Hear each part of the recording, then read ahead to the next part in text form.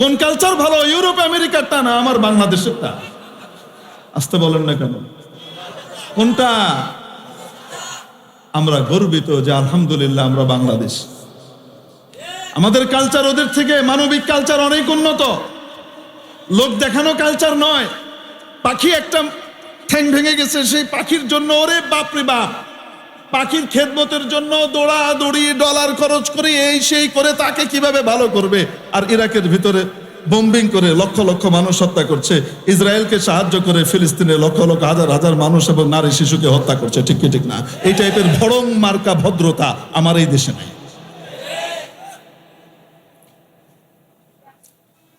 বিয়ে শাদী ছাড়া যে কাজটা হয়, এই কাজটা কি নৈতিক না অনৈতিক? এটা কি মানুষের না জানোয়ারের? এই জানোয়ারের সিস্টেমটার নাম দেওয়া হয়েছে লিভ টুগেদার। ইংরেজি শব্দ শুনে আমরা মনে করি আহা কি জানে। বলেন তো, আমাদের বাংলাদেশে এখনো পর্যন্ত যতই আমরা নিচে নামি না কেন, আলহামদুলিল্লাহ এখনো পর্যন্ত এটা ব্যাপকতা পায় নাই। ঠিক কি ঠিক না? এখনো আইনগতভাবে এই ধরনের পশুত্ব, এই ধরনের জানোয়ারের কালচার এটা আমাদের দেশে বৈধ নয়। কুত্তার কালচার আমার দেশে বৈধ নয়। আমার দেশে এখনো পর্যন্ত সমাজের ভিতরে এই রীতিনীতি এখনো বহাল আছে। ঠিক কি ঠিক না? তাহলে বলেন, এই কালচারের দিক থেকে কারা উন্নত? এই জন্য আপনি দেখবেন একটা বাচ্চা, তাকে যখন আপনি কোলে নেবেন, ছোট্ট বাচ্চা, তাকে দেখবেন সে পা দিয়ে আপনার বুকে এভাবে পা দিয়ে দিয়ে উপরে উঠতে চায়। তার নেচার এবং স্বভাবের ভিতরে আল্লাহ তাআলা উপরে ওঠা, উন্নতির দিকে যাওয়া, উপরের দিকে যাওয়ার একটা মানসিকতা দিয়ে রেখেছেন। মুআজ্জাজ হাজরিন, প্রত্যেক জাতি চায় সভ্য হতে, ভদ্র হতে, উন্নত হতে। একটি জাতি, একটি সমাজ উন্নত হবার জন্যে শিক্ষা ব্যবস্থা প্রণয়ন করে এবং সেই শিক্ষা ব্যবস্থা দিয়ে, সেই শিক্ষা দিয়ে গোটা সমাজকে, গোটা জাতিকে উন্নত করে। মুআজ্জাজ হাজরিন, একটি জাতির উন্নতি বলতে কি বোঝায়? তার ইনফ্রাস্ট্রাকচারাল ডেভেলপমেন্ট বা অবকাঠামোগত উন্নয়ন, এই উন্নয়নকে কখনো মানুষের উন্নয়ন বলা যায় না। এটা হলো বস্তুর উন্নয়ন, বস্তুর উন্নতি। রাস্তা খুব চমৎকার হলো, তেলতেলে হলো, রাস্তার উন্নতি।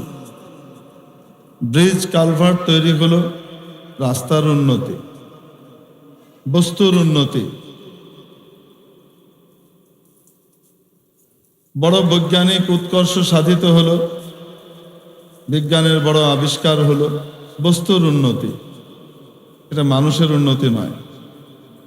মানুষের উন্নতি হলো তার মানবতা, মনুষ্যত্বের উৎকর্ষ সাধন, মানবতা, মনুষ্যত্বের উন্নতি, তার আচার ব্যবহার, আখলাক, চারিত্র মাধুরীর উন্নতি। এটাকে বলা হয় মানুষের উন্নতি।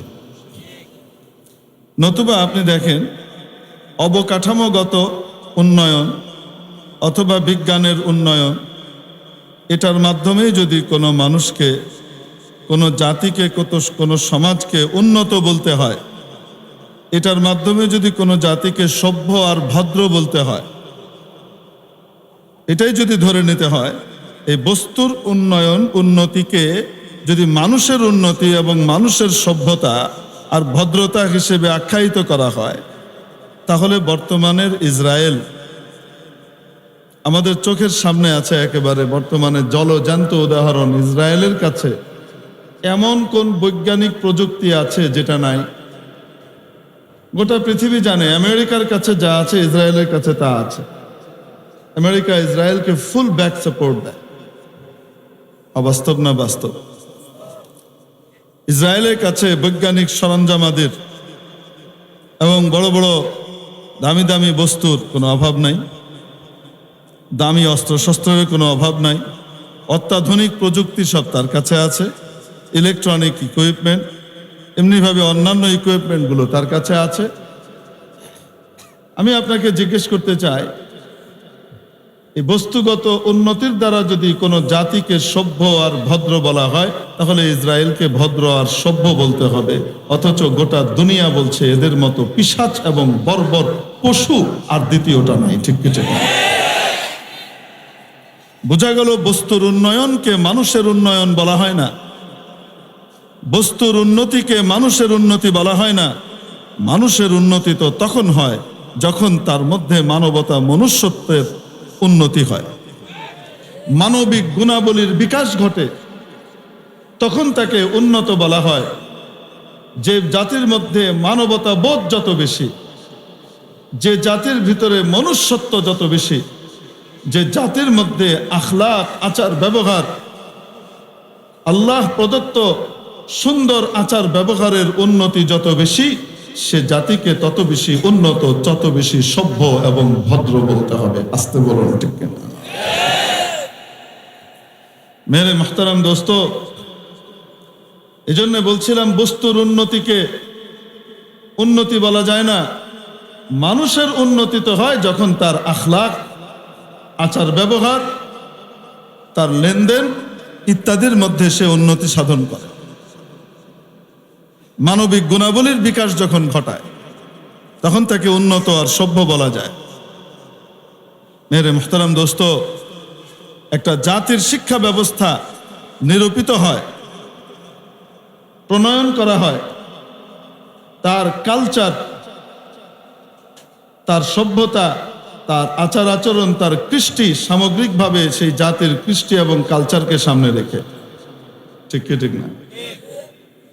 আমেরিকারও একটা কালচার আছে, ব্রিটেনেরও কালচার আছে, পাশ্চাত্যের কালচার আছে, আমাদের প্রাচ্যের এই বাংলাদেশেরও কালচার আছে।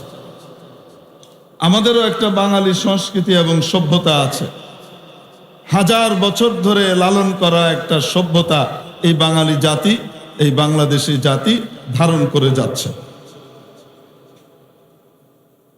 যদি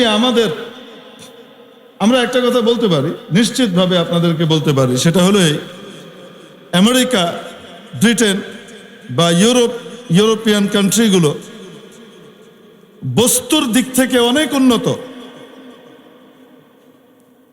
বস্তুগতভাবে অনেক উন্নত, কোনো সন্দেহ নাই।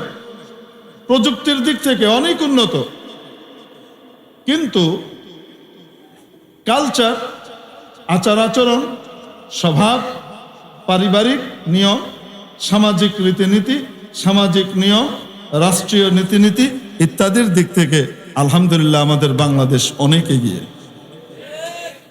আমি যদি ওখানকার এবং আমাদের এখানকার কালচারগুলো একটু একটু একটা একটা করে বলতে থাকি, তাহলে আপনি নিজেই ফয়সালা করবেন কারা উন্নত। মানবতা, মনুষ্যত্বের দিক থেকে ওরা উন্নত না এই বাংলাদেশের জাতি উন্নত, এটা খুব দ্রুত আপনি বুঝবেন। ওদের ওখানে রীতি আছে, কোনো বাচ্চার 18 বছর বয়স হলে বাবা মার সাথে আর তার সম্পর্কের কোনো প্রয়োজন নাই। রাষ্ট্রীয় আইন তাকে স্বাধীনতা দিয়েছে, এবার সে তার বাবা মাকে ছেড়ে আলাদা হয়ে যেতে পারে, পৃথক হয়ে যেতে পারে, বাবা মা তাকে কিছুই বলতে পারবে না। কিছু বললে এটা একটা অফেন্স। একটা সন্তানকে পেলে পিঠে বড় করতে বাবা মার জীবনের সবচেয়ে ক্রিম টাইম, যৌবনের সময়টা নিঃশেষিত হয়। শরীরের রক্ত পানি করে সব কিছু দিয়ে একটা সন্তানকে তিলে তিলে তিলে তিলে বাবা মা বড় করে। আসতে বলেন, ঠিক কি ঠিক না?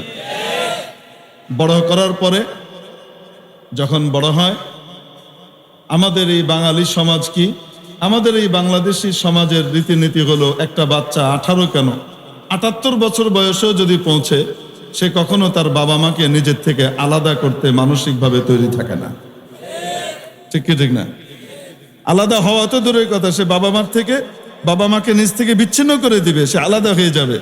আন্তরিকভাবে, মানসিকভাবে কখনোই কোনো সুস্থ মস্তিষ্কের বাচ্চা আমাদের বাংলাদেশের ছেলে সে এটা কামনা করে না। সে তার বাবা মার দায়িত্ব নেয়। 18 কেন, যখন তার 25 হয়, 26 হয়, 30 হয়, এর থেকেই সে দায়িত্ববোধ অনুভব করতে থাকে যে আমাকে পড়ালেখা করে এগুতে হবে। আমার আব্বা আম্মা দুর্বল হচ্ছেন, আমার আব্বা আম্মা কি জীবনভর আমার দায়িত্ব নেবেন? না, আমার দায়িত্ব আমাকেও নিতে হবে এবং আমার বাবা মার খেদমত, এই জিম্মাদারি আমাকে মাথায় নিতে হবে। এটার মধ্যেই আমার দুনিয়া আখিরাতের সফলতা, কল্যাণ, সম্মান, কামিয়াবি, ইজ্জত। এটা আমাদের বাচ্চা এইভাবে বড় হয়। আমাদের সমাজের রীতিনীতি এটা। আর ওখানকার রীতি কি? 18 বছর বয়স হয়েছে, হিজ হুজ, কোনো কথা নেই। বাচ্চার যদি শুধু একটু 18 বছরের আগ পরে যদি সে শুধু কামাই রোজগার করার যোগ্যতা তার হয়ে যায়, মোটামুটি সে চলতে পারবে, এতটুকু হয়ে যায়, সে বাপ মায়ের সাথে থাকতে চায় না। অনেক জ্বালাতন সহ্য করেছি, তোমরা আমাকে এই করতে দাওনি, ও করতে দাওনি, এখন আমি আলাদা হয়ে যাব। সে আলাদা হয়ে চলে গেল, গেন্দির মায়ের দূরে ঘুরে বেড়াইতেছে। মেরে মোহতারাম দোস্ত আজিজ ও বুজুর্গ, সেক্ষেত্রে বাবা মার কোনো সেই নাই, কিচ্ছু বলতে পারবে না তারা। কেন তুই চলে যাচ্ছিস? তোর প্রতি আমরা যে দায়িত্ব পালন করেছি, আমাদের প্রতি কি তোর কোনো দায়িত্ববোধ নাই? হ্যাঁ আছে, ফাদার্স ডে আছে না, মাদার্স ডে আছে না, তোমাকে ফুল পাঠিয়ে দেবো। বছরে একবার কি পাঠিয়ে দিবে? ফুল পাঠিয়ে দিবে।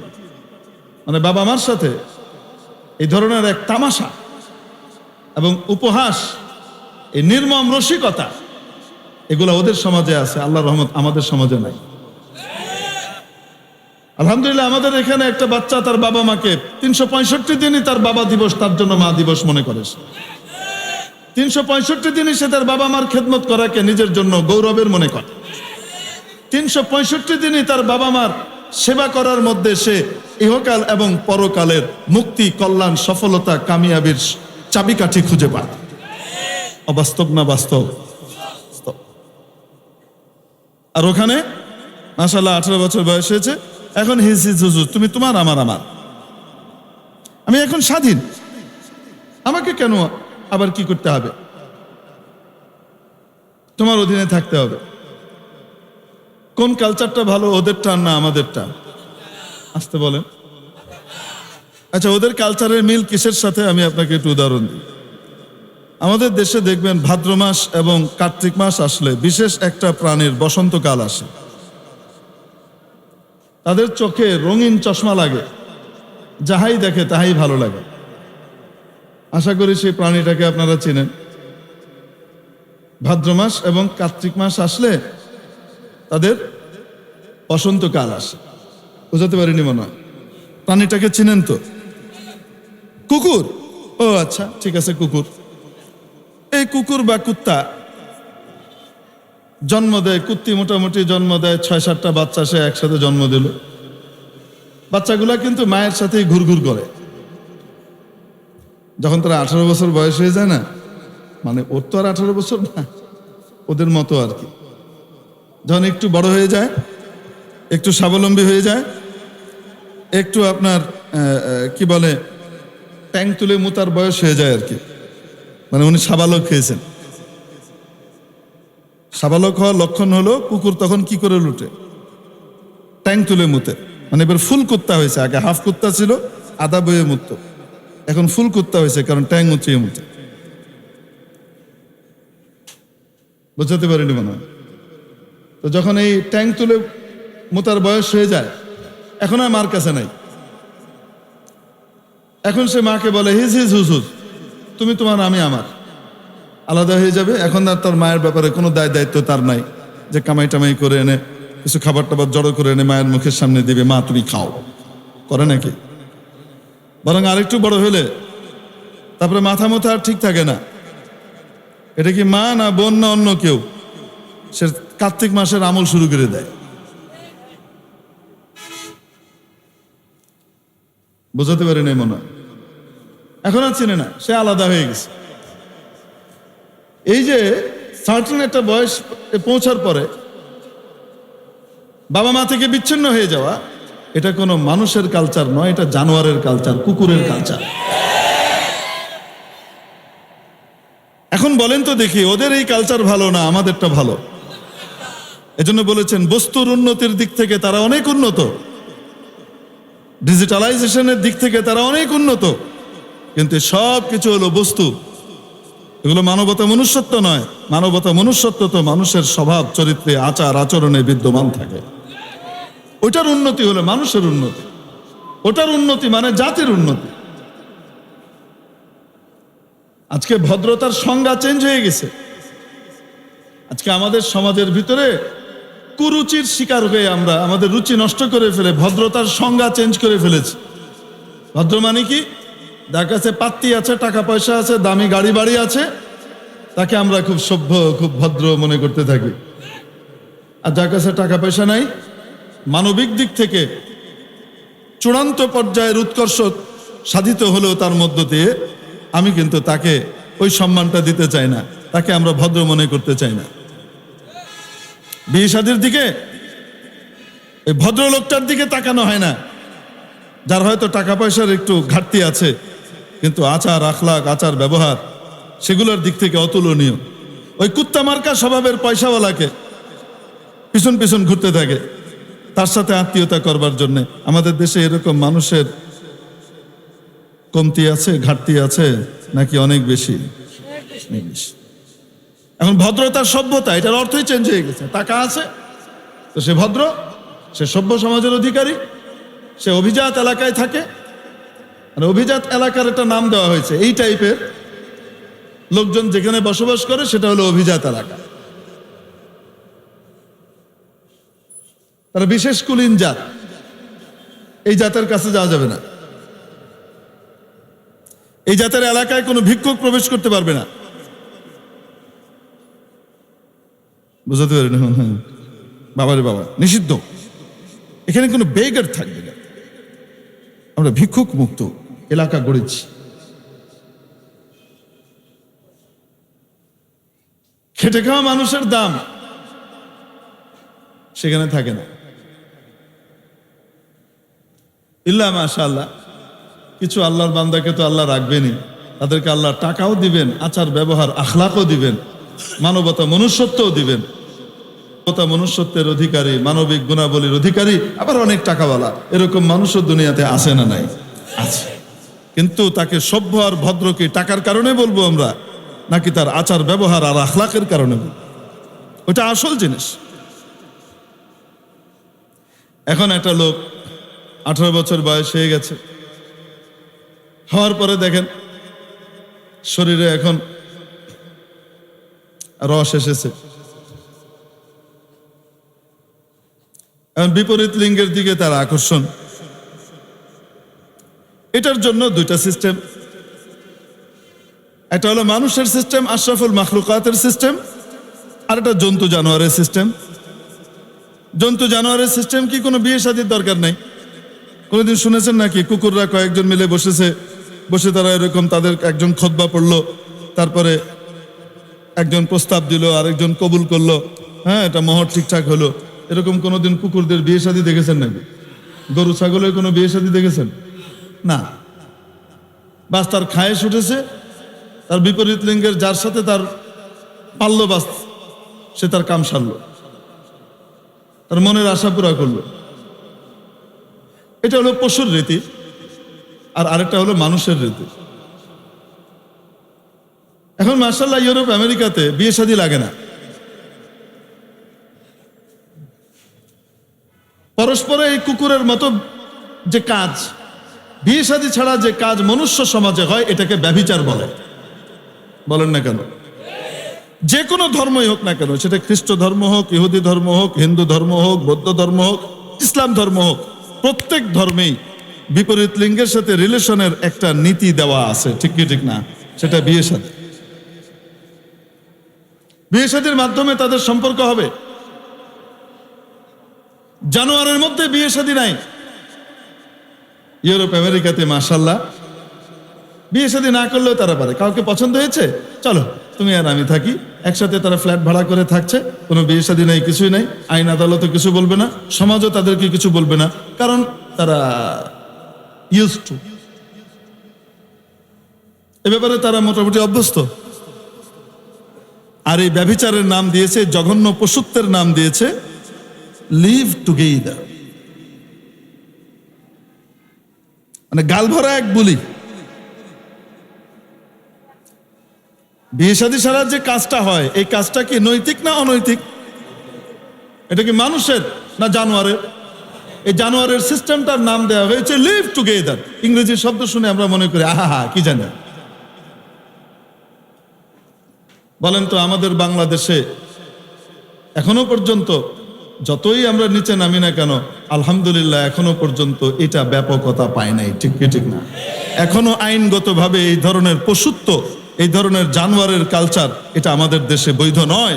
কুত্তার কালচার আমার দেশে বৈধ নয়। আমার দেশে এখনো পর্যন্ত সমাজের ভিতরে এই রীতিনীতি এখনো বহাল আছে, ঠিক কি ঠিক না? তাহলে বলেন, এই কালচারের দিক থেকে কারা উন্নত, ওরা না আমরা? আলহামদুলিল্লাহ বল। নাম্বার 3, হুজুর ওরাও তো বিয়ে শাদী করে। হ্যাঁ করে। বিয়ে শাদী করার পরে কি দশা হয় সেটা একটু দেখার বিষয়। বলবো নাকি আপনাদেরকে? আপনারা ভাদ্র মাসের কার্তিক মাসে কুকুর এবং কুকুরি এই দুইজনকে আপনারা দেখেছেন তারা কি করে। কুত্তা কিছুদিন এই কুত্তির পিছন পিছন ঘুরে, তারপরে এই কুত্তি আর ভাল লাগে না, এখন নিউ কুত্তি আরেক কুত্তির সাথে ঘোরাঘুরি শুরু করে। কিছুদিন পরে ওই কুত্তি বাদ আরেক কুত্তি তার সাথে ঘোরাঘুরি শুরু করলো। বোঝাতে পারি নাই মনে হয়? মানে কুত্তি বদল হচ্ছে, বউ বদল হচ্ছে। আবার কুত্তিকে দেখবেন কিছুদিন এই কুত্তার পিছনে, কুত্তার এখানে ওখানে শুকে বেড়াচ্ছে, তাকে আকৃষ্ট করছে। তারপরে আবার দেখবেন এই কুত্তা বাদ এখন নিউ কুত্তা, মানে আরেক স্বামী। তারপরে আরেক কুত্তা, ওইটা বাদ এখন আরেকটা।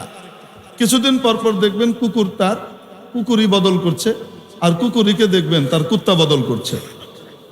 বলেন না কেন? ঠিক কি ঠিক না? কিছুদিন পর পর বউ আর জামাই বদল করার যে কালচার, এটা কি মানুষের? এটা জানোয়ারের? এটা কুত্তা শুয়োরের? আসতে বলেন, ঠিক কি ঠিক না? মেরে মোহতারাম দোস্ত,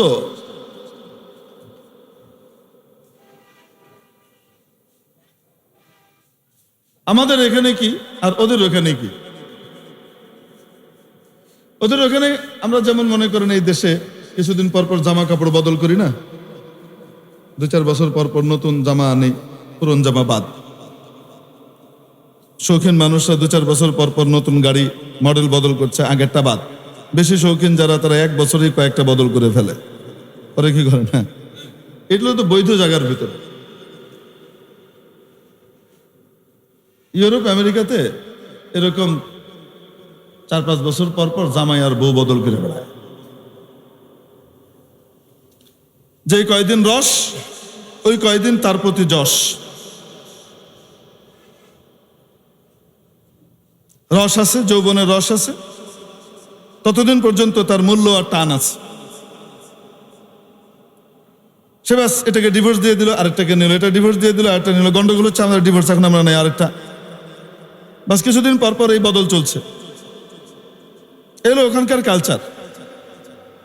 আমার ইকবাল রোড মসজিদের সম্মানিত একজন মেম্বার ছিলেন কার্যনির্বাহী কমিটির, আখতার ফারুক ভাই, জাতিসংঘের উচ্চপদস্থ কর্মকর্তা ছিলেন। তো একদিন আমাকে বলছেন যে হুজুর, আমার সিনিয়র বস এসেছে বাংলাদেশে এখানকার জিনিসগুলো দেখার জন্য। উনি এখানকার কান্ট্রি ডিরেক্টর ছিলেন সম্ভবত। তো আমি রিসিভ করতে গিয়েছি, তো গাড়িতে করে তাকে হোটেলে পৌঁছে দেওয়ার মাঝখানে আমার তার সাথে কথা হচ্ছে। সে আমাকে জিজ্ঞেস করলো আমার বিবাহের বয়স কত বছর। আমার হুবহু এখন ঠিক মনে নাই, কিন্তু সেটা 20-এর উপরে ছিল, প্রায় 20-25 মতো ছিল উনি যেটা বলেছিলেন। তো গালেবান 23 বছর বলেছিলেন, যে 23 বছর আমাদের বৈবাহিক জীবন। 23 বছর আগে বিয়ে করেছে। এখন ওই লোক জিজ্ঞেস করছে এটা কয় নম্বর? এটা মানে তুমি কত বছর আগে বিয়ে করেছো, এটা প্রথম কোশ্চেন। তো উনি বলেছেন যে 23 বছর আগে বিয়ে করেছে। এখন বলছে যে তোমার ওয়াইফ এখন আছে? হ্যাঁ আমার ওয়াইফ আছে। এটা কয় নম্বর? তুমি বলছেন কয় নম্বর মানে? মানে 23 বছর তো আর একটার সাথে থাকো নাই, তাই না? বদল করেছো তো, কয়টা বদল হয়ে এটা কয় নম্বরে এসে পৌঁছেছে? উনি বলছেন কয় নম্বর কিসের? আক্তার ফারুক ভাই বলছেন কয় নম্বর কিসের? ওই যে যাকে বিয়ে করেছি তাই সেই তো আছে, সারা জীবন তো সেই থাকবে। এই লোক চোখ কপালে তুলে বলছে স্ট্রেঞ্জ, মানে অদ্ভুত, এটা কি বলে? এক বউ নিয়ে তুমি 23 বছর কাটাই দিছো, এটা কোনো কথা? কি বলো তুমি? এটা তাদের কাছে একটা বিস্ময়ের বিষয় যে এক বউকে নিয়ে জীবন পার করে দিচ্ছে। ভাদুড়ে কুকুরের মতো কিছুদিন পর পর জামাই আর বউ বদল করে, এটা কালচার হলো ওদের। আর আমাদের এখানে আলহামদুলিল্লাহ যাকে বিয়ে করেছে তার সাথেই স্বপ্ন দেখতে থাকে সারা জীবন শেষ করে দিবে, কবরটা যেন পাশাপাশি হয়, এই কামনা এই তামান্না করতে থাকে। ঠিক কি ঠিক না? কবরও যেন পাশে থাকতে পারি, একসাথে থাকতে পারি, এটার জন্য জায়গা কিনে আমরা দুজন একসাথে থাকব। এই হলো আমার দেশের কালচার। ফলাফল কি দেখেন? এটা ইসলামী কালচার, যেটা বললাম আল্লাহ আল্লাহ রসুলের দেওয়া কালচার। এটা এই কালচার বাঙালি সংস্কৃতির ভিতরে মিশে যাবার কারণে কাদের বিনিময়ে, কাদের বরকতে? হযরত শাহজালাল ইয়ামানির জমিন, হযরত মুফতি ফাইজুল্লাহর জমিন, হযরত আল্লামা মুশাহিদ বয়ামপুরীর জমিন, শেখ আতহারিল রহমতুল্লাহ আলাইহির জমিন, হযরত শেখ সন্দীপী রহমতুল্লাহ আলাইহির জমিন, শেখ উজানির জমিন, শেখ চরমনায়ের জমিন, বড় বড় আল্লাহওয়ালাদের জমিন। আল্লাহওয়ালাদের চোখের পানিতে এদেশের জমিন সিক্ত হয়েছে, এদেশের কালচার সমৃদ্ধ হয়েছে, যার কারণে তাদের ভিতরে মানবতা, মনুষ্যত্বের বিকাশ এখনো পর্যন্ত ঘটে চলেছে। আসতে বলুন ঠিক কি ঠিক না? আমরা স্বপ্ন দেখি আমরা আমার এই স্ত্রীকে নিয়ে সারা জীবন পার করব, আমার এই স্বামীকে নিয়ে সারা জীবন পার করব, এটাই দম্পতির স্বপ্ন থাকে। আসতে বলেন ঠিক কি ঠিক না? খুনসুটি হয়, লাগালাগি হয়, ঝগড়া হয়, এটা হয় সেটা হয়, মাঝে মাঝে মনে হয় আর জীবনে কথা বলবো না, কিন্তু একদিন দুই দিনও যায় না, তার আগে আবার হেসে খেলে কথাবার্তা শুরু হয়ে গেছে, আগের চেয়ে আরো বেশি মজা আর স্বাদ বেড়ে গেছে। ঠিক কি ঠিক না? চলতেছে, বৈচিত্র্য আসে। ওদের ওখানকার কি অবস্থা? এই যে কয়দিন পর পর জামাই আর বউ বদল হচ্ছে, তো যতদিন শরীরে রস আছে ততদিন তার চাহিদা আছে, যৌবনের ঠেলা যতদিন আছে ততদিন তার চাহিদা আছে। যখন এটা এই যে পৌঁছে যায় 50 বছর 55 বছরে পৌঁছে গেছে, কপালের ভিতরে ভাঁজ পড়ছে, চোখের চামড়াগুলো কেমন যেন কুঁচকে আসছে, শরীর কেমন ঢিলে হয়ে যাচ্ছে, রূপ লাবণ্যের ভিতরে ভাটা নেমেছে, যখন এই বয়স আসে তখন আর তার দায় দায়িত্ব নেওয়ার জন্য কেউ থাকে না। কারণ এখন তো আর রস নাই, এখন তো আর কি নাই, রস নাই, এখন আর দায় দায়িত্ব নেওয়ার কেউ নাই। আর ওই যে সন্তান, তাদের ওখানকার শিক্ষা ব্যবস্থায় শিক্ষিত হয়ে মাশাআল্লাহ সন্তান উচ্চ শিক্ষিত হয়ে বড় চাকরি বাকরি করছে, বাপ মাকে সাথে নিয়ে রাখবে, এই সমস্ত ভেজাল কে টানে? তাহলে কি করার? চলো ওল্ড হোম আছে, বৃদ্ধ নিবাসে তুমি গিয়ে থাকো, ওখানে খুব সুখে থাকবা, যে বৃদ্ধ নিবাসে ঠেলে দিয়ে আসে। জীবনের শেষ সময়টা যখন দুর্বলতা এসেছে, যখন আর শরীরের ভিতরে সেই চাহিদা, রূপ লাবণ্য আর এখন নাই, যৌবনের সেই ক্ষমতা আর এখন নাই, এখন আর তার চাহিদা নাই, এখন তাকে ফেলে দেওয়া হচ্ছে একটা ভাগাড়ে। সেই ভাগাড়ের একটা সুন্দর আধুনিক চমৎকার নাম দেওয়া হয়েছে, সেই নাম হলো ওল্ড হোম, বৃদ্ধ নিবাস। এটা হলো মানুষের প্রয়োজনের বয়স যখন আসে, দুর্বলতার বয়স যখন আসে, তার সাথে নির্মম রসিকতার একটা চমৎকার নাম, এটার নাম হলো ওল্ড হোম, বৃদ্ধ নিবাস। একটা ভাগাড়ের ভিতরে ফেলে দিয়ে আসলো, থাকো এখানে, না সেখানে ছেলে মেয়ে আছে, না সেখানে নাতি নাতকর আছে, না দাদা দাদার ডাক শুনে, না নানা নানার ডাক শুনে, না নানি ডাক শুনে, না দাদি ডাক শুনে, না আব্বা আম্মার ডাক শুনে, ওখানে পড়ে থাকে, ছেলে মেয়ে আলাদা, নাতি নাতকর আলাদা। আর যদি বৃদ্ধ নিবাসে না যায় কেউ, তার নিজের বাড়িতে একা থাকতে থাকতে একটা পর্যায়ে লোনলি ফিল করতে করতে এমন এমনভাবে সে মানসিকভাবে পর্যুদস্ত হয়ে যায়, বিপর্যস্ত হয়, মানসিক বিপর্যয়ের শিকার হয় যে জীবন থেকে মুক্তি পাবার জন্য আত্মহত্যা করে। একাকিত্ব ঘুচানোর জন্য সে আত্মহত্যা করে। আর অথবা আত্মহত্যা করছে না, রয়ে গেছে কোনো মতে, জীবনটাকে কোনো মতে এভাবে ঠেলে ঠুলে অভিনয় করে চালিয়ে দিচ্ছে। ঘরে তো আর কেউ নাই, ছেলে মেয়েও আলাদা, নাতি-নাত করেও আলাদা, একা একা থাকছে বুড়া আর বুড়ি। বুড়া কোথাও গেছে বা বুড়ি কোথাও গেছে, কোনো জায়গাতে কাজে গিয়েছে, বুড়া মরে পড়ে আছে, দেখার কেউ নাই। অনেক সময় এমনও হয় একা একা মরে পড়ে আছে। ওখানে তো আবার পাড়া প্রতিবেশীর খোঁজ খবর নেওয়া, এগুলো আবার পার্সোনাল বিষয়ে হস্তক্ষেপ মনে করা হয়। ওই সময় তো বেশি ঘুষ করা যায় না, যার যার মতো শেষে আছে। তো কি পরিস্থিতি, ওখানে মরে পড়ে আছে, শরীর পচে দুর্গন্ধ যখন বেরিয়েছে, প্রতিবেশীরা দুর্গন্ধ পেয়ে খবর দেয়, ফায়ার সার্ভিস থেকে লোকজন আসে, তারা এসে পুলিশ টুলিশ এসে তাকে উদ্ধার করে মরদেহ সৎকার করে। এ হলো জিন্দেগি। ইউরোপ আমেরিকার তো শুধু উপরের চটকদার জিনিসগুলো আমাদের কাছে বলা হয়, তাদের জীবন প্রবাহের কি দশা এবং খারাপ দিকগুলো কি কি, জীবনের সুখ কিভাবে চলে যায়, সেগুলো নিয়ে কখনো আলোচনা করা হয় না। কেউ এসে আলোচনা করেও না, চুপ করে বসে থাকে বর্ণচরার মতো, শুধু ভালোগুলা বলে, অন্যগুলা বলে না। আমি যেটা বলছি এটা অবাস্তব না বাস্তব? জীবনের শেষে তার কেউ নাই। যতদিন তার শরীরে রস ছিল, যৌবন ছিল, রূপ লাবণ্য ছিল, ক্ষমতা ছিল, ততদিন তার বহুত চাহিদা ছিল। একের পর এক জামাই বদল হয়েছে, একের পর এক স্বামী বদল হয়েছে, একের পর এক বউ বদল হয়েছে। এখন তার দেখার কেউ নাই। হয় ওল্ড হোম, নয়তো একাকি থাকতে থাকতে আত্মহত্যা, অথবা সে ওখানে পড়ে পড়ে নিজেই মরে কোনো মতে পড়ে আছে। 3-4 দিন পরে গন্ধ ছড়ার পরে আশপাশ থেকে লোকজন এসে তাকে উদ্ধার করে দাফন করছে। এটা হলো স্বাভাবিক ওখানকার বিষয়, এটা অস্বাভাবিক কিছু না। আর আমার দেশে যাকে বিয়ে করেছে, আমার দেশের কালচার, তার সাথে গোটা জীবন কাটাবার জন্য সে নিয়ত করে চলতে থাকে। যতই ঝড়ঝাপটা আসুক না কেন, সে কখনো তার স্ত্রীকে মন থেকে ছেড়ে দেয় না, সে কখনো তার স্বামীকে ছেড়ে চলে যেতে চায় না, সে তাকে নিয়ে জীবন কাটাইতে চায়। একটা পর্যায়ে কবরের চিন্তা করে যে কবরে আমরা একসাথে থাকব। দিন যত বাড়ে, শরীরের দুর্বলতা, শারীরিক দুর্বলতা যত আসতে থাকে, শরীর যত দুর্বল হয়, তাদের মন তত স্ট্রং হতে থাকে। শারীরিক ক্ষমতা যত কমতে থাকে, তাদের ভালোবাসা আর মহব্বত তত বাড়তে থাকে। অবাস্তব না বাস্তব? দেখবেন বুড়া আর বুড়ির মাঝখানে কি মহব্বত, ও কল্পনাই করতে পারবেন না।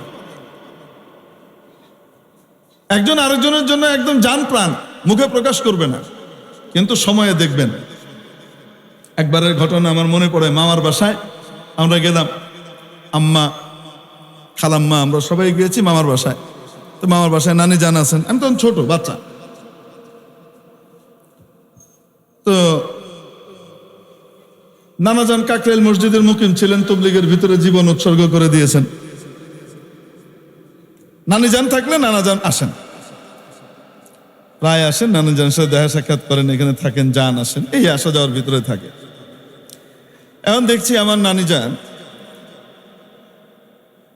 ধরেন দুপুরের পরে 2টা-2:30টার দিকে আমার নানিজান বসে বসে আল্লাহর কাছে আমার নানাজানের নামে বদদোয়া দিচ্ছে, বিচার দিচ্ছে।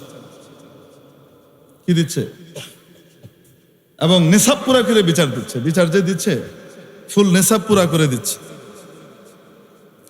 বলছে, এই জাসু পাঠা আমার জীবনটাকে শেষ করে দিল, আল্লাহ তুমি বিচার করো।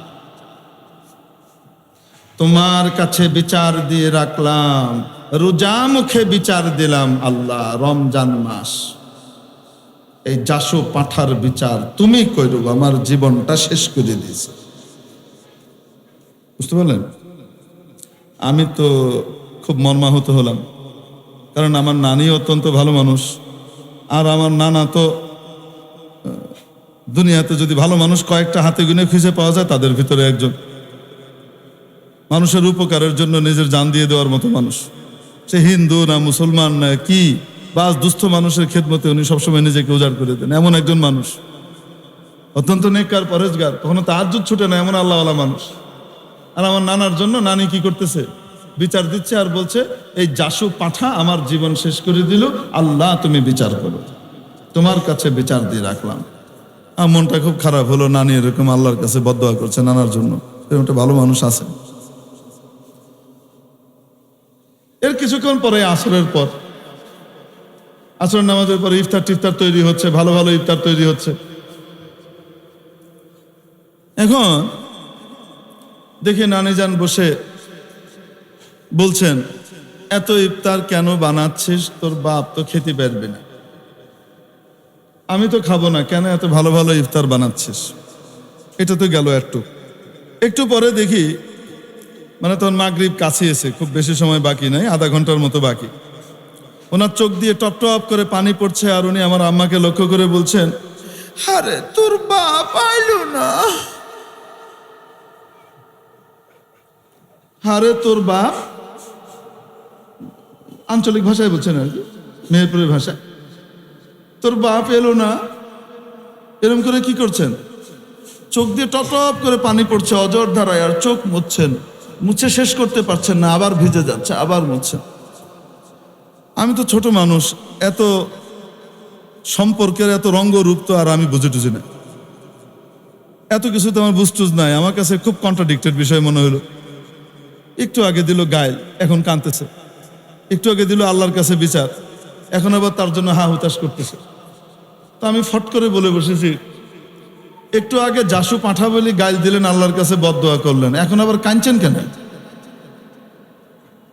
ওরে রাগলেন আমার নানি আমার উপরে। জীবনে কোনোদিন মনে হয় এরকম বিস্ফোরিত হন নাই, অ্যাটম বোমের মতো বিস্ফোরিত হলেন। তুমি চুপরা, পেটে ভাম হয়ে গেছে। আর আম্মা পিছন থেকে চোখ মটকাচ্ছে আর হাসছে খুব, কিন্তু হাসিতে আওয়াজ নাই নানির পিছন থেকে। আর হেসে বলছেন, অনেক দুষ্ট হয়েছে, এটাকে আপনি একটু সাজা দেন আম্মা, অনেক দুষ্ট হয়ে গেছে, বেশি দুষ্ট হয়ে গেছে। আর আম্মা খুব হাসছে। আমার তো তখন এই বয়স হয় নাই, স্বামী স্ত্রীর মাঝখানে মহব্বত, মিল মহব্বতের যে কত ধাপ হতে পারে, রাগ, গোসা, বদদোয়া, এটাও যে মহব্বতের একটা অংশ, এটা তো তখন বোঝার ক্ষমতা আমার হয় নাই। এই জন্য আমি মনে করেছি বাচ্চারা যেমন করে তেমন। তো আমাদের এই দেশে ওদের ওখানকার কালচারকে 4-5 বছর পর পর জামাই আর বউ বদল করতেছে, আর শেষ বয়সে বৃদ্ধ নিবাস, একাকিত্বের ভিতরে জীবন কেটে যাচ্ছে। না ছেলে মেয়ে আছে, না নাতি নাত করে আছে, না কাউকে কাছে পাচ্ছে, আদর করতে পারছে, এর কোনো সুযোগ নাই। কালে ভদ্র যদি কেউ গিয়ে দেখা করে আসলো তো আসলো, নাহলে নাই। আর আমাদের এখানে এক স্বামী এক স্ত্রীকে নিয়ে গোটা জীবন পার করে দিচ্ছে, সারা জীবনের সমস্ত সুখ ওর ভিতরেই খুঁজে পাচ্ছে। যখন নাকি দুর্বলতা আসছে, শারীরিক দুর্বলতা, তাদের মহব্বত আর ভালোবাসা তত বেশি টনটনে হচ্ছে। আসতে বলেন ঠিক ঠিক না? কোনটা ভালো, ইউরোপ আমেরিকারটা না আমাদেরটা? ইউরোপ আমেরিকারটা না বাংলাদেশেরটা? আচ্ছা আরো শুনেন, ওই সন্তান টন্তান তো হিজ হিজ হুস ভাবে সব আলাদা হয়ে গেছে, যার যার মতো। বাবা মা বৃদ্ধ নিবাসে পড়ে আছে। ডক্টর হুমায়ুন আহমেদ সাহেব লিখেছেন, বলবো নাকি আপনাকে? বাংলাদেশের প্রখ্যাত কথা সাহিত্যিক, কথা শিল্পী মরহুম ডক্টর হুমায়ুন আহমেদ সাহেব লিখেছেন, বাবা মা, কোনো একজনের কথা লিখেছেন, আমার ঠিক এই মুহূর্তে মনে নাই, সম্ভবত বাবার কথা বলেছে, যে বাবা মারা গেছে, ওল্ড হোমে, বৃদ্ধ নিবাসে বাবা মারা গেছে। আর ওখান থেকে কর্তৃপক্ষ ফোন করেছে ছেলের কাছে, তোমার বাবা মারা গেছেন, তুমি কি করো? এসে শেষকৃত্যে অংশ নাও, তার ফিউনারালে অংশ নাও, কাফন দাফনে আসো, তুমি দেখো। ছেলে ওখান থেকে ফোনে বলছে, আমি অনেক বিজি, আমি আসতে পারবো না, এত সময় নাই, তোমরা যা করার করে ফেলো, বিলটা পাঠিয়ে দিও, টাকা তোমাদের কাছে পৌঁছে যাবে। এবং উনি লিখছেন, আমেরিকাতে এটা কোনো অস্বাভাবিক বিষয় না, এরকম করলে এটা স্বাভাবিক, সবাই ব্যস্ত। বাবা মার কাছে আসার এত সময় কোথায়? এটা কেউ খারাপ দৃষ্টিতেও দেখছে না। আর আমাদের সমাজ, আমার এই বাংলাদেশ, ছেলে হয়তো ঠিকমতো নামাজও পড়ে না, হয়তো তার মুখে দাড়িও নাই, হয়তো ঠিকমতো রোজাও রাখে না, ওরকম পয়সাওয়ালাও না, প্রবাস জীবন কাটাচ্ছে। ওখানে হয়তো থালা বাসন ধুচ্ছে কোনো রেস্টুরেন্টে, অথবা রাস্তা পরিষ্কার করছে, সাধারণ কোনো কাজ করছে, খুব অল্প আয় রোজগার সে ওখানে করে। তার কানে যখন খবর পৌঁছে যে তার বাবা বা তার মা গুরুতর অসুস্থ অবস্থায় হসপিটালে আছে, এক মুহূর্ত বিলম্ব করে না, সে ৩-৪ গুণ বেশি দাম দিয়ে টিকিট কিনে, ধারকর্য করে টিকিট কিনে ছুটে আসে তার দেশে, তার বাবাকে তার মাকে জীবিত একটা নজর দেখবার জন্য ছুটে আসে। সে ওখানে থাকতে পারে না। ঠিক না? এটা আমার দেশ। কোন কালচার ভালো? ইউরোপ আমেরিকারটা না, আমার বাংলাদেশেরটা। আসতে বলেন না কেন? কোনটা? আমরা গর্বিত যে আলহামদুলিল্লাহ আমরা বাংলাদেশ। আমাদের কালচার ওদের থেকে, মানবিক কালচার অনেক উন্নত। লোক দেখানো কালচার নয়। পাখি একটা ঠ্যাং ভেঙে গেছে, সেই পাখির জন্য ওরে বাপরে বাপ, পাখির খেদমতের জন্য দৌড়াদৌড়ি, ডলার খরচ করে, এই সেই করে তাকে কিভাবে ভালো করবে। আর ইরাকের ভিতরে বোম্বিং করে লক্ষ লক্ষ মানুষ হত্যা করছে, ইসরায়েলকে সাহায্য করে ফিলিস্তিনে লক্ষ লক্ষ হাজার হাজার মানুষ এবং নারী শিশুকে হত্যা করছে। ঠিক কি ঠিক না? এই টাইপের ভড়ং মার্কা ভদ্রতা আমার এই দেশে নাই।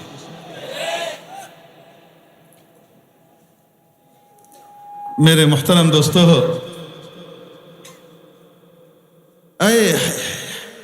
এজন্য বলছিলাম ওদের কালচারটা ভালো না, আমাদের কালচার ভালো। এটা তো বললাম পারিবারিক ভাবে। আসেন এবার সামাজিক ভাবে একটু বিশ্লেষণ করি। সামাজিক ভাবে আমাদের কালচার আর ওদের কালচার একটু বিশ্লেষণ করি। এই এক বিশ্লেষণ করতে গেলে ফজর হবে, যদি চলতে থাকে আমার আল্লাহর রহমতে। কারণ আমি ওনাদের ভিতর পর্যন্ত এতটুকু জানি যে আমার আল্লাহর রহমতে বলতে অসুবিধা নেই, একটা একটা করে। এবং আমি আসলে দুনিয়া ঘুরে আমার দিলের ভিতরে এই কথা এসেছে যে আমি যে বাংলাদেশে আছি, আমি যে বাঙালি হিসেবে জন্মগ্রহণ করেছি, আমি একজন বাঙালি মুসলিম, আমি বাংলাদেশের বাসিন্দা।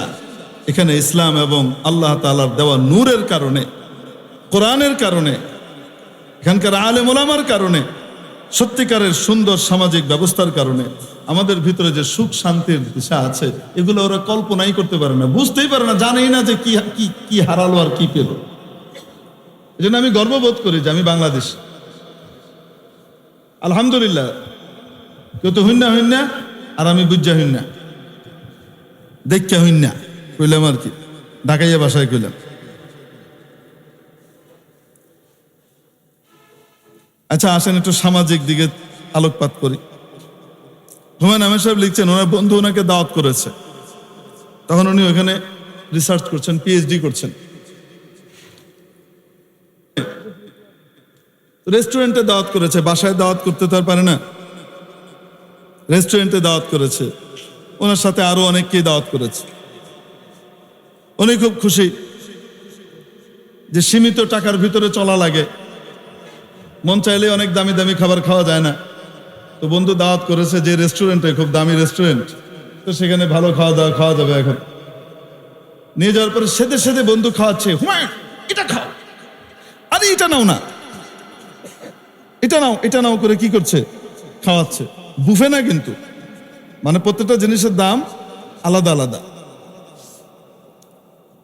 তো আমাদের এখানকার রীতি অনুযায়ী বলেন তো কি, মেহমান যদি কোনো হোটেলে নিয়ে, মেজবান যদি হোটেলে নিয়ে মেহমানদেরকে খাওয়ায়, তো সেটা টাকা কে দেয়? কয় না কেন? সেদে সেদে মেজবান তুলে তুলে খাওয়াইতেছে, এটা টাকা কে দেয়? মেহমান দেয় না মেজবান দেয়? এটা ফকিরের বাড়িতেও যদি কারো মেহমানদারি হয়, ফকিরও কোনো সময় মেহমানের কাছ থেকে টাকা নেয় না। ঠিক কি ঠিক না? আমাদের দেশে যে ভিক্ষা করে। এখন হুমায়ুন আহমেদ সাহেব বললেন আমি খুব খুশি, আমি খাচ্ছি, খুব মন ভরে খাচ্ছি। যাই হোক, খাওয়া দাওয়া শেষ, এখন থেকে যার যার মতো চলে যাচ্ছে, প্রত্যেকেই আস্তে আস্তে যাচ্ছে। তো আমিও চলে যেতে নিয়েছি। আমার বন্ধু আমাকে বলছে, হুমায়ুন তোমার বিল দিবে না? কি কয়, তুমি বিল দিবে না? উনি বলে কিসের বিল? তুমি যেগুলা খেলা তোমার বিল দিবে না?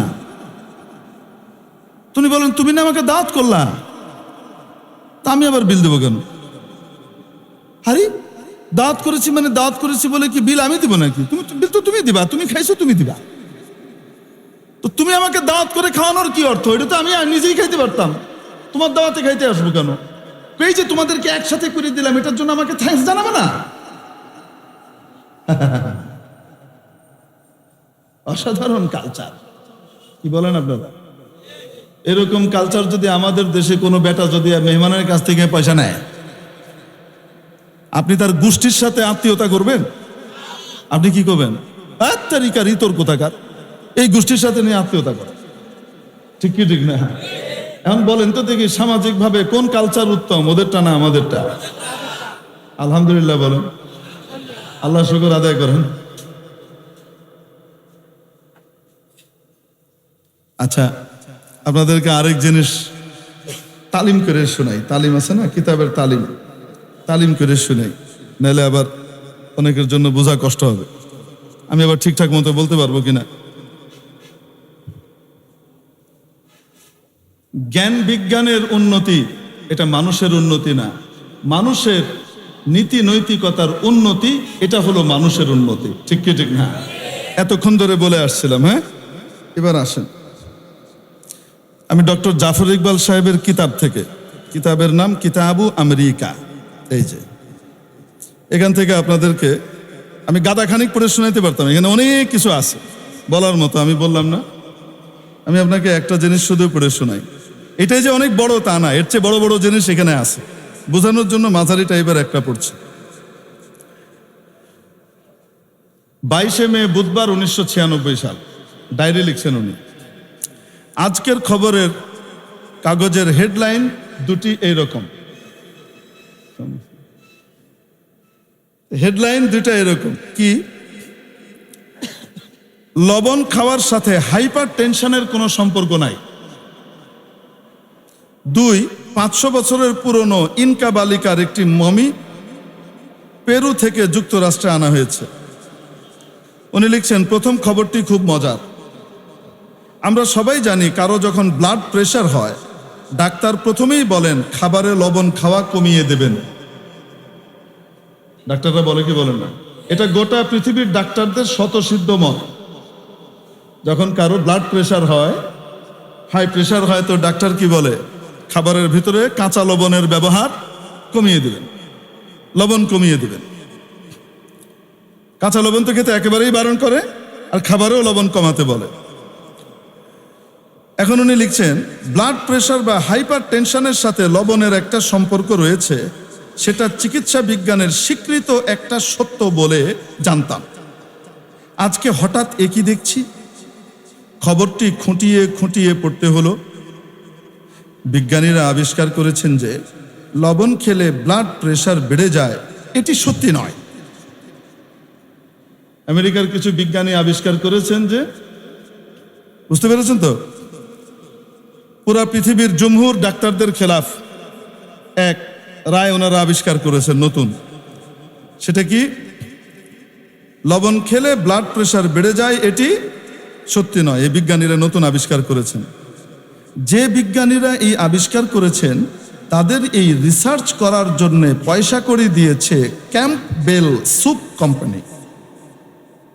এই রিসার্চটা করার জন্য তাদের অর্থটা দিয়েছে কে? Campbell soup company. এবং এই শেষ লাইনটা পড়ে পুরো ব্যাপারটি আমার কাছে পরিষ্কার হলো।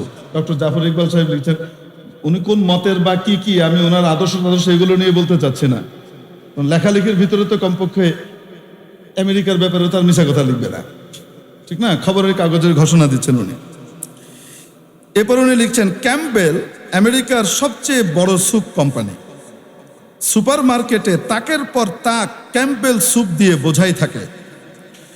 স্যুপ সংরক্ষণ করার জন্যই হোক আর স্বাদ বাড়ানোর জন্যই হোক, এইসব স্যুপে লবণ তুলনামূলকভাবে বেশি থাকে বলে যারা স্বাস্থ্য সচেতন তারা সাধারণত এই স্যুপগুলি বেশি খেতে চায় না। বুঝতে পেরেছেন? এখন তাই ক্যাম্পবেল কিছু বিজ্ঞানীকে অনেক পয়সা করে দিয়ে বলেছে, রিসার্চ করে বের করো যে লবণ বেশি খেলে হাইপার টেনশন হয় না। এবং বিজ্ঞানীরা সাথে সাথে রিসার্চ করে সেটা বের করে ফেলেছেন। এদেশে এটা নিত্য নৈমিত্তিক ব্যাপার। সিগারেট কোম্পানির অর্থ ব্যয় করে রিসার্চ করে বিজ্ঞানীরা বের করেছেন, বুঝতে পেরেছেন? সিগারেট কোম্পানির টাকা দিয়েছে বিজ্ঞানীদেরকে। এখন বিজ্ঞানীরা কি আবিষ্কার করেছেন? অর্থ ব্যয় করে রিসার্চ করে বিজ্ঞানীরা বের করেছেন সিগারেট খাওয়ার সাথে ফুসফুসের ক্যান্সারের কোনো সম্পর্ক নাই। চা কফি বা মদ কোম্পানির টাকা দিয়ে বিজ্ঞানীরা রিসার্চ করে বের করেছেন চা কফি বা মদ খাওয়া স্বাস্থ্যের জন্য ভালো। মানে বিজ্ঞানীকে যেই কোম্পানি টাকা দিবে, বিজ্ঞানী তার মতো কি করবে? ফতোয়া বের করে দিবে, বিজ্ঞানের ফতোয়া আবিষ্কার। বুঝতে পারছেন? আমি একেবারে বাজি ধরে বলতে পারি, ডক্টর জাফর ইকবাল সাহেব বলছেন, আমি একেবারে বাজি ধরে বলতে পারি সন্ত্রাসীরা যদি মোটা অঙ্কের টাকা দেয় তাহলে ওখানকার বিজ্ঞানীরা রিসার্চ করে বের করে দেবেন যে সন্ত্রাসী কাজকর্ম সমাজ ব্যবস্থা চালু রাখার জন্য একটা জরুরি ব্যাপার। সন্ত্রাসীহীন সমাজ হচ্ছে স্থবির সমাজ, মানে একটা জামেদ সমাজ। বিজ্ঞানীদের এই কাজকর্ম দেখে লজ্জায় আমার মাথা কাটা যায়। উনি নিজেও একজন বিজ্ঞানী, কিন্তু এখানকার নীতিহীন বিজ্ঞানীদের ব্যাপারে কিছুটা আমাদেরকে জানাইলেন। এখন থেকে আমরা কি বুঝলাম? আমেরিকার বিজ্ঞান, ইউরোপের যে কোনো বিজ্ঞানী একটা আবিষ্কার করে দিল, সাথে সাথে ওটা আমরা গিলে ফেলবো। কি বলেন আপনারা? না, তলিয়ে দেখতে হবে এর পিছনে অন্য কিছু আছে কি নাই। ঠিক কি ঠিক না? বিজ্ঞানের উৎকর্ষ সাধন হলেই মানুষের উন্নতি হয় না। এই বিজ্ঞানীদের যদি সত্যিকারের মানবতা মনুষ্যত্বের উন্নতি হতো, সত্যিকারের মানুষ বিজ্ঞানী হতো, তাহলে কখনো টাকার বিনিময়ে এই সমস্ত 2 নম্বরই কাজ করতো না। ঠিক কি ঠিক না? এখন বুঝে থাকলে বলেন কোন কালচার ভালো, ওদেরটা না আমাদেরটা? আসতে বলেন। আমাদের এই কালচারটা, সংস্কৃতিটা গড়ে উঠেছে আমাদের দেশের সনাতন শিক্ষা ব্যবস্থার মাধ্যমে। আসতে বলেন ঠিক কি ঠিক না? এখন এই শিক্ষা ব্যবস্থার মাধ্যমে যেটা আগে ছিল, মাঝখানে এখন তো একটা উদ্ভট টাইপের, উদ্ভট উটের পিঠে চলছে এদেশ। মানে এখানকার শিক্ষা মন্ত্রণালয় চলছে এক উদ্ভট উটের পিঠে চড়ে। বুঝতে পেরেছেন? তো এখানকার যে শিক্ষা ব্যবস্থা বর্তমানে হয়েছে এটা না, তার আগে কয়েকদিন আগে আরেকটা তৈরি হয়েছিল আবিষ্কার, ওটার নাম হলো সৃজনশীল প্রক্রিয়া। ওইটাও না, তার আগে যেটা ছিল সনাতন পদ্ধতি, যেই পদ্ধতিতে আমরা বঙ্গবন্ধু শেখ মুজিবুর রহমানের উপহার পেয়েছি, আমরা যেই পদ্ধতি দিয়ে আমাদের মাননীয় প্রধানমন্ত্রীকে পেয়েছি, আমাদের বড় বড় গবেষকদেরকে পেয়েছি, বড় বড় শিক্ষিতদেরকে পেয়েছি, যে সমস্ত শিক্ষিতরা এতটা উচ্চশিক্ষায় শিক্ষিত হয়েছে যে তাদেরকে ইউরোপ আমেরিকার বড় বড় ইউনিভার্সিটি, বড় বড় রিসার্চ সেন্টার এখান থেকে হায়ার করে নিয়ে যাচ্ছে এবং তাদের সেখানে গবেষণাতে তারা অনেক চমকপ্রদ ভালো ভালো আবিষ্কার করে যাচ্ছেন, দক্ষতা দেখিয়ে যাচ্ছেন। ঠিক কি ঠিক না? আমি সেই শিক্ষা ব্যবস্থাটার কথা বলছি, বর্তমানেরটা না। এখন বলেন আমাকে, ওই শিক্ষা ব্যবস্থা দিয়ে আমাদের সমাজের ভিতরে এই রীতিনীতিগুলো তৈরি হয়েছিল, যে শিক্ষা ব্যবস্থার ভিতরে কোরআনের আলো মোটামুটি ভালোভাবে ছিল। ইসলাম ধর্ম শিক্ষা, নৈতিক শিক্ষার বিরাট একটা দখল ছিল। আসতে বলেন ঠিক কি ঠিক না? যে শিক্ষা ব্যবস্থার ভিতরে প্রাতিষ্ঠানিকভাবে বেলেল্লাপনা, বেহায়াপনার কোনো অংশীদারিত্ব ছিল না। যে শিক্ষা ব্যবস্থার ভিতরে, আমাদের বাংলাদেশে এই শিক্ষা ব্যবস্থার ভিতরে ক্লাসের ভিতরে নাচ গান হবে, টিচার আর ছাত্রী এরা আপোষে মিলে নাচানাচি করবে এবং এটাকে শিল্প সংস্কৃতি হিসেবে প্রকাশ করা হবে, এই ধরনের কোনো অস্তিত্ব ওই শিক্ষা ব্যবস্থার ভিতরে ছিল না। আসতে বলেন ঠিক কি ঠিক না? ওটা দিয়ে এই সমাজ তৈরি হয়েছে, যেটা আমি আপনাদেরকে বললাম আমাদের বাংলাদেশি সমাজ। এখন আমাদের শিক্ষা বিভাগীয় দায়িত্বশীল এবং ঊর্ধ্বতন কর্মকর্তা টেলিভিশনে সেদিন এসে বলেছেন, কি বলেছেন? নতুন যে শিক্ষা ব্যবস্থা আমরা রচনা করছি এটা নতুন তেমন কিছু নয়, এটি অতি উন্নত একটি শিক্ষা ব্যবস্থা। কেন? জাতিসংঘ, ওরে আল্লাহ, জাতিসংঘ 52টা দেশের জন্য, কয়টা দেশের জন্য? 52টা দেশের জন্য উন্নত, ওই পাশ্চাত্যের ধারায় উন্নত একটা শিক্ষা ব্যবস্থার সুপারিশ করেছে। আর সেই সুপারিশের আলোকে আমাদের এই মহান শিক্ষা ব্যবস্থা প্রস্তুত হয়েছে। বুঝতে পেরেছেন? এটা হলো উনি বললেন। এখন আমি আপনাদেরকে জিজ্ঞেস করি, জাতিসংঘ কার কথায় চলে? নিজের কথায় না ইউরোপ আমেরিকার কথায়? বিশ্ব সন্ত্রাসীদের কথায়, ঠিক কি ঠিক না? জাতিসংঘ কার স্বার্থ দেখে? মুসলমানদের স্বার্থ দেখে না বিজাতীয়দের স্বার্থ দেখে? এই জাতিসংঘ এটা কোনো সফল জাতিসংঘ নয়, এটা একটা ব্যর্থ জাতিসংঘ। তার কারণ হলো আমাদের এই দেশের 6 বছর হয়ে গেছে, 6 বছরের বেশি হয়ে গেছে এই জাতিসংঘ, এই অথর্ব ব্যর্থ জাতিসংঘ আমার দেশের রোহিঙ্গা সমস্যার সমাধান এখনো করতে পারে নাই। 75 বছর হয়ে গেছে এই অথর্ব ব্যর্থ জাতিসংঘ ফিলিস্তিনের সমস্যার সমাধান আজও করতে পারে নাই, ঠিক কি ঠিক না? এই ব্যর্থ জাতিসংঘের সুপারিশে যে শিক্ষা ব্যবস্থা প্রণয়ন করা হবে, সেই শিক্ষা ব্যবস্থা দিয়ে, সেই কারিকুলাম দিয়ে কোন সফল বাঙালি জাতি তৈরি হবে না, একটা ব্যর্থ অথর্ব জাতি তৈরি হবে, এছাড়া আর কিছু হবে না, ঠিক কি ঠিক না? আমরা পরিষ্কার করে বলতে চাই, আমাদের শিক্ষা ব্যবস্থার কারণে সেটা যেমনই হোক না কেন, হয়তো বস্তুগত উন্নয়নের অনেক উন্নতি আমাদের শিক্ষা ব্যবস্থায় নাই, কিন্তু আমাদের শিক্ষা ব্যবস্থার ভিতরে মানবতা মনুষ্যত্বের বিকাশের শিক্ষা পাতায় পাতায় ছত্রে ছত্রে ছিল। আসতে বলেন, ঠিক কি ঠিক না? প্রত্যেক ক্লাসের বাংলা বই, ইংরেজি বইয়ের ভিতরে নবীজি মুহাম্মদ রাসূলুল্লাহ সাল্লাল্লাহু আলাইহি সাল্লামের বিশ্ব মানবতার সত্যিকারের যিনি পরিত্রাণদাতা, সেই নবীজি মুহাম্মদ রাসূলুল্লাহ সাল্লাল্লাহু আলাইহি সাল্লামের কোনো না কোনো জীবনের একটা অংশ থাকতো। সিদ্দিক আকবর খলিফা হযরত আবু বকরের জীবনের অংশ থাকতো, হযরত ওমরের জীবনের অংশ থাকতো, হযরত ওসমানের জীবনের অংশ থাকতো, হযরত আলীর জীবনের অংশ থাকতো, হযরত হাসান হুসাইনের ইতিহাস থাকতো, ইসলামের গৌরবোজ্জ্বল ইতিহাস থাকতো। এবং সেই ইতিহাস মিশ্রিত সত্যিকারের সিলেবাস দিয়ে, যদিও সেটা খাবারে লবণের মতোই ছিল, তারপরেও অতটুকু দিয়ে যে অবস্থা হতো, আমাদের এই জাতি মানবতা মনুষ্যত্বের দিক থেকে ওদের চেয়ে অনেক এগিয়ে ছিল। আসতে বলেন, ঠিক কি ঠিক না? মেরে মুহতারাম দোস্ত, আজিজ ও বুজুর্গ, যেই শিক্ষা ব্যবস্থা আমাদেরকে এরকম উন্নত করেছে, আর ওদের শিক্ষা ব্যবস্থা ওদেরকে যেমন করেছে, আমরা জিজ্ঞেস করতে চাই কোনটা উন্নত? ওদেরটা না আমাদেরটা? তো তাহলে শিক্ষা ব্যবস্থা ওদের কাছ থেকে এই বাজে ডাস্টবিনে ভাগাড়া দেওয়া মানবতা মনুষ্যত্বের বাজে এই শিক্ষা ব্যবস্থা আমরা আমদানি করতে পারি না, আমরা আমাদের ভালো শিক্ষা ব্যবস্থা পারলে ওখানে রপ্তানি করব। আসতে বলেন, ঠিক কি ঠিক না? আল্লাহ রাব্বুল আলামিন আমাদেরকে এই সত্যটা বুঝবার তৌফিক দান করেন। ওয়া আখিরু দাওয়ানা আলহামদুলিল্লাহি রাব্বিল আলামিন। আসসালামু আলাইকুম ওয়া রাহমাতুল্লাহি ওয়া বারাকাতুহু। দেখেন, আবার জাফর ইকবাল সাহেবের বই আমি আপনাদেরকে পড়ে শুনিয়েছি বলে আপনারা মনে করেন না যে তাহলে তো আমরা সবাই এখন এই বইগুলা পড়া উচিত। জি না, যারা গবেষক তাদের গবেষণার স্বার্থে সকলের সব রকমের জিনিস স্টাডি করা লাগে। এজন্য আমাদের তলবায়ে ইলজাম বা সাধারণ মানুষ এনাদের কোনো বই পড়বার জন্য আমি আপনাদেরকে উদ্বুদ্ধ করছি না। বোঝাতে পেরেছি? এই ভুল যেন কারো ভিতরে তৈরি না হয় যে তাহলে তো আমাদেরও এরকম পড়া দরকার। আমি তো ভালো জিনিসগুলো আপনাকে তুলে এখানে এনে দিয়েছি, এখানে এমন বাজে জিনিসও আছে যে আপনার ঈমান চলে যাবে, এমন জিনিসও লেখা আছে। বোঝাতে পেরেছি?